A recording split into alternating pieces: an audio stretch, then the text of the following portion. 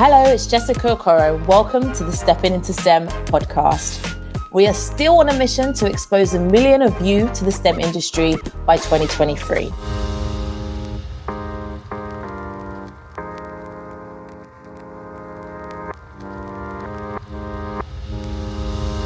Today, our special guest is Lauren Ali. Lauren is a technology degree apprentice on the Flying Start program at PwC and is studying computer science at the University of Birmingham. She's an advocate for diversity and inclusion in the tech industry. She enjoys giving back to her community through teaching, mentoring, and sharing her story to encourage young people to consider a career in tech. Oh, go Lauren. Lauren was recently shortlisted as a finalist for the 2020 BAME Apprenticeship Awards and won the 2020 Apprentice of the Year in Tech, Digital and Creative category for the Birmingham Live Apprenticeship Awards. Thank you for joining us, Lauren.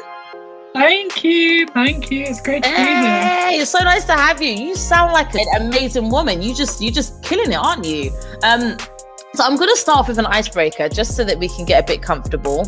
Clearly, I'm already comfortable because I've just got so much energy after reading your bio.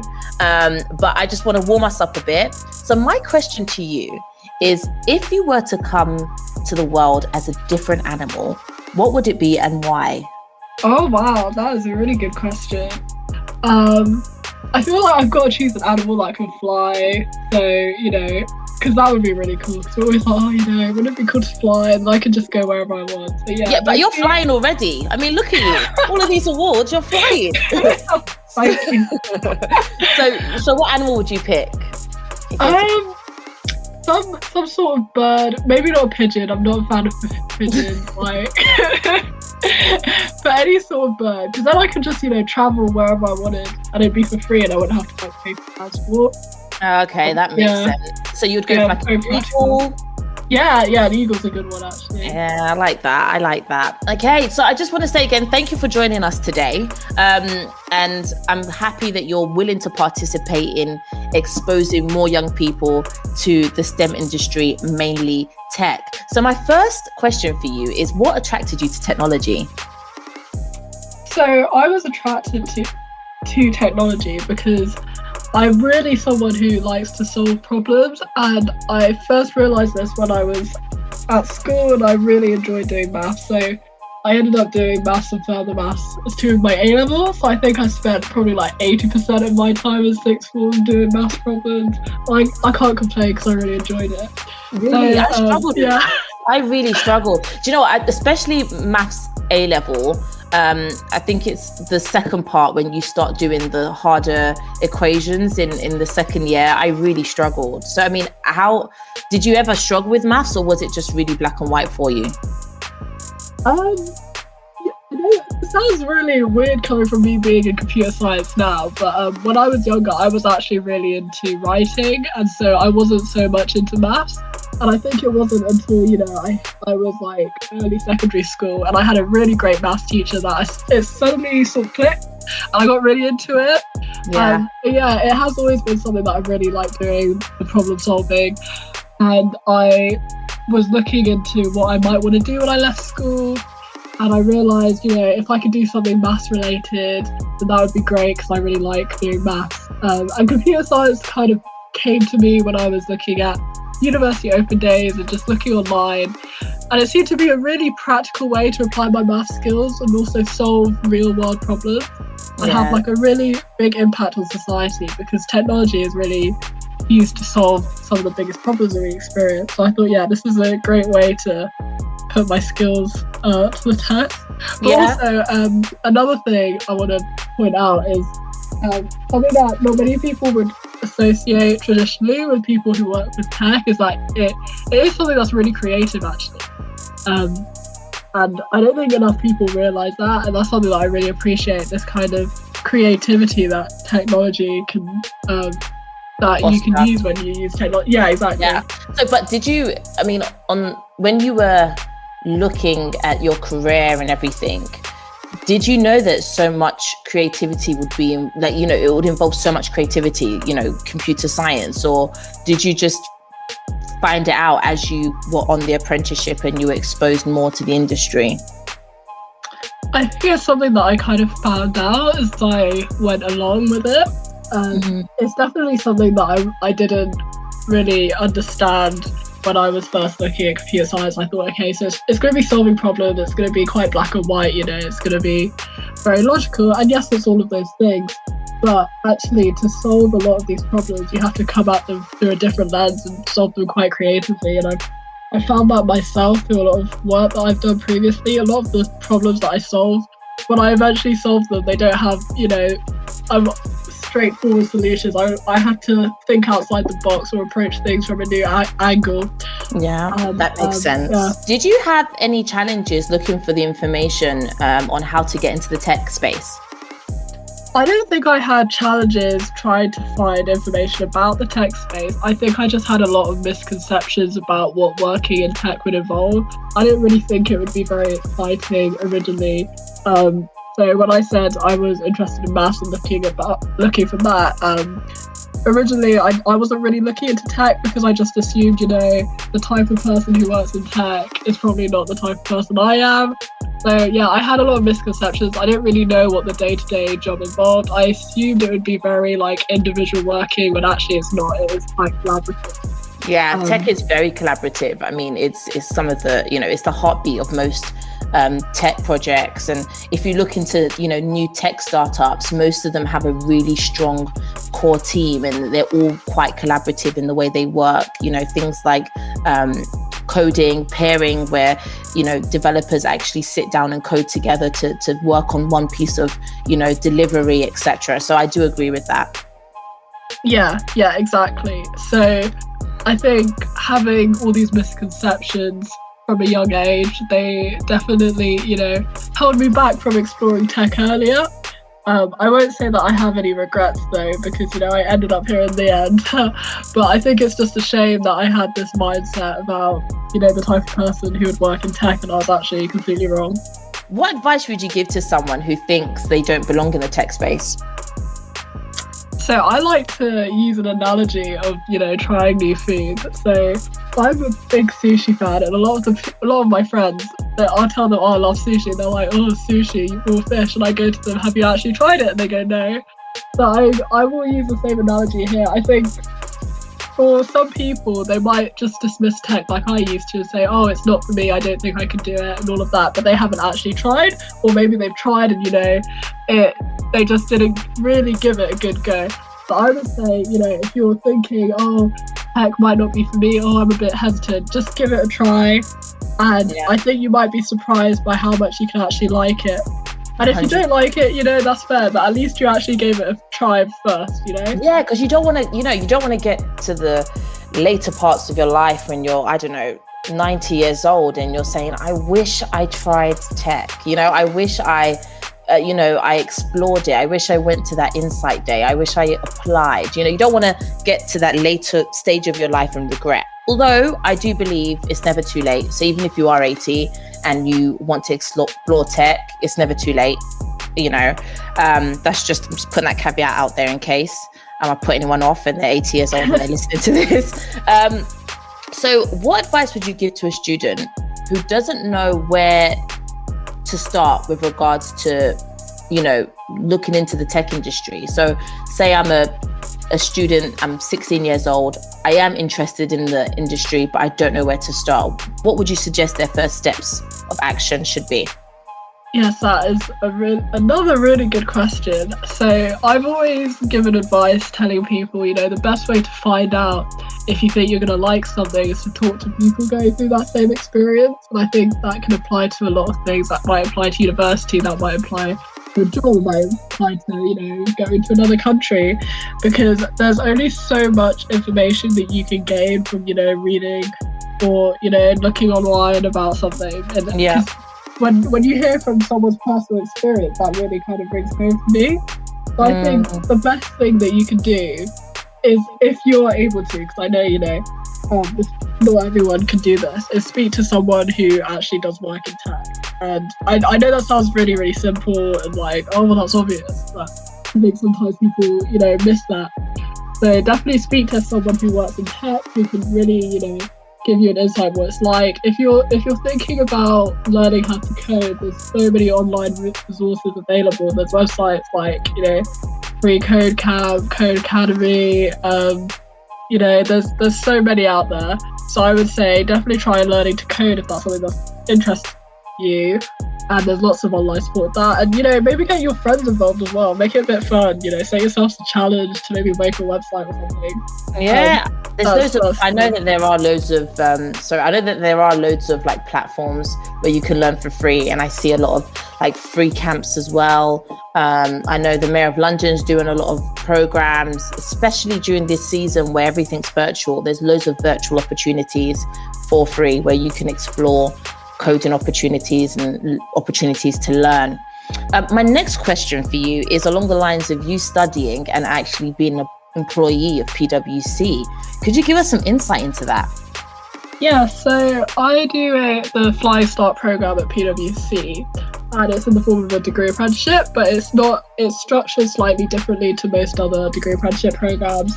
So with most programs that are degree apprenticeship, they're structured in that you balance working at the company with your university studies. So some might make you work with the company 4 days a week, and then you take 1 day a week to do your university studies, and you have to balance working and studying at the same time. Whereas on my program, which is a Flying Start Tech program at PwC, we have our placements at PwC and our university work completely separate. That means during term time, I study computer science, and for me, that's at the University of Birmingham. And during the summer holidays and also my third year of uni, we take it as a placement year, so we get all that industry experience that's separate to the academic term of studying, so we don't have to worry about balancing them, and we also get the full university experience, which is really, really great. Yeah, and is there a community of you on campus that are doing this opportunity, or is it just you? Oh, there's a big community of us. So there's, I think it's around 35 of us in my year at the University of Birmingham doing the program, but they've also got the program at other universities across the UK. So we've got it in Leeds, we've got some in Scotland, I've got one in Ireland. For my cohort, it changes slightly when you go to the different cohorts. But yeah, we do have a really, really big program. And it's quite nice to know there's a lot of us going through the same thing. What would you say the challenges are with doing this opportunity? Or have there been any challenges, or has it been, amazing? You know what? I honestly don't think there's been anything where I can say, this part has been really, really challenging. If it's been challenging, I've got a lot out of it because it's been such a fantastic experience. I think the most challenging part for me isn't directly related to the degree apprenticeship itself, but for me it's just I had to learn computer science from scratch when I started university, because unlike a lot of people on my course, I didn't do GCSE computer science or A-level computer science, so I had like a really steep learning curve when I started in first year. So that's probably the biggest challenge I faced on the program itself. Wow. And did you want to give up at some points when you could see everyone was a bit more advanced and a bit more prepared compared to yourself? Oh yeah, definitely. Like I will not. I have to say that in the first few months of university, I had this expectation that things would be really easy because I had friends who were telling me, oh yeah, first year is so easy, you'll be fine. And then when I came to uni and I realised it wasn't actually that easy, part of me was like, oh, am I missing something? What's wrong with me? Why can't I do this work? I think, it was, but I had to come to the realisation that, you can't expect to be an expert at something when you're learning it for the first time. Everyone starts from somewhere. And I think it's a bit different if you go to university studying a subject that you studied at school for years. Yeah. But if you're studying a completely new subject, then you have to realise that, you're starting with a blank slate, and it's going to take some time to get to that skill level that everyone else might be at, for instance. Yeah, and I mean, you had to go through like an interview process, right, with this PwC opportunity, with this apprenticeship. Yeah, we had like an assessment centre, so it was an interview and like a group interview about sort of what PwC does and how like we can see ourselves in the company based on their values and things like that. So, I mean, are there any tips that you could give a young person who is thinking to, apply and go through this process?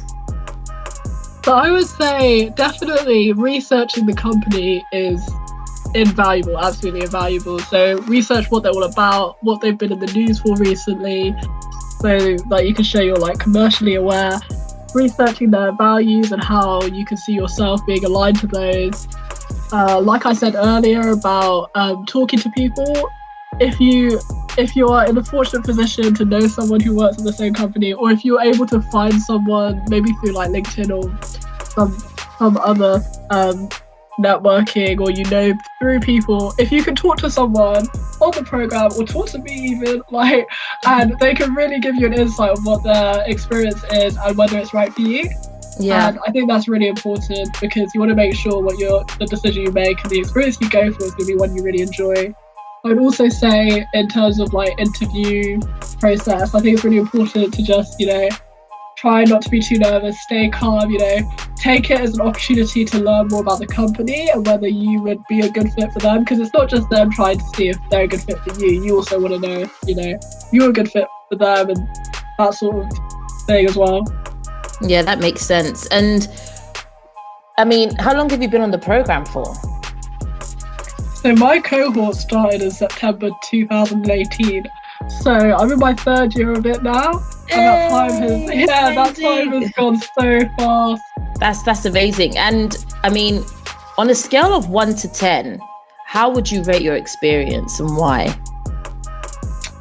Gosh, I feel like it would have to be like a solid 9, Oh yeah, that's good. That's a good one. That's a good one. And I think a lot of that has to do with just the opportunities that come from it. And it's because I'm not just doing like a computer science degree on its own, I've got this amazing opportunity to connect with people who work at this, really big company, and they do really great things.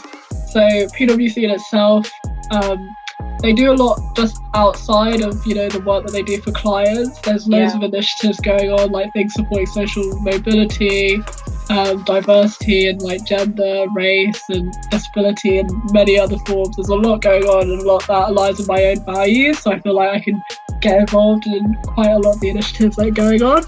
Yeah. And I've just been very lucky in that I've met some really great people and been able to take part in some really cool opportunities.